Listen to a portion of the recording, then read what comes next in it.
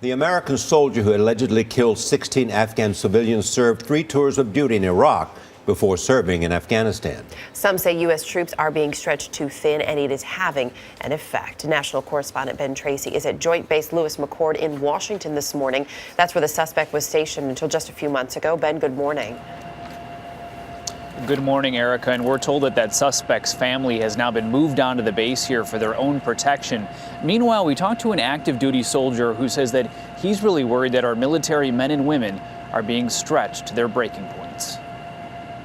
It will get better and it'll get easier, but you won't ever forget faces and things that you saw.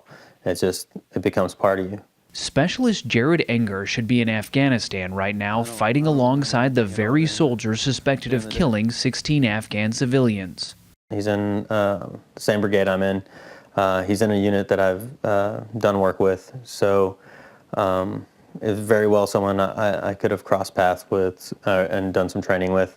Enger spent 2 tours in Iraq, nearly 27 months of combat, where he saw one of his best friends die right in front of him. Like hundreds of others here at Joint Base Lewis-McChord, Enger was diagnosed with chronic post-traumatic stress disorder. I'm having nightmares. I'm having flashbacks. I'm really just feeling completely on edge.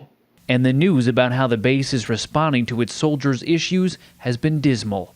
Last month, the head of the base medical center was placed on administrative leave for reversing the diagnoses of 285 soldiers who were told they had PTSD, allegedly to save the military money. Jared was one of them, but his diagnosis has now been reinstated, and he's about to be discharged. Yet he worries about his fellow soldiers who have endured more than a decade of deployments. 34,000 soldiers have been deployed from Lewis-McChord, and 20,000 of those have served multiple tours, deployed more than once to Iraq or Afghanistan. Is 2 tours too much? Is 5 tours too much? Who's to say? There needs to be a better system in place. He's particularly upset about this. In just the past 2 years, 26 soldiers at Lewis-McChord have committed suicide.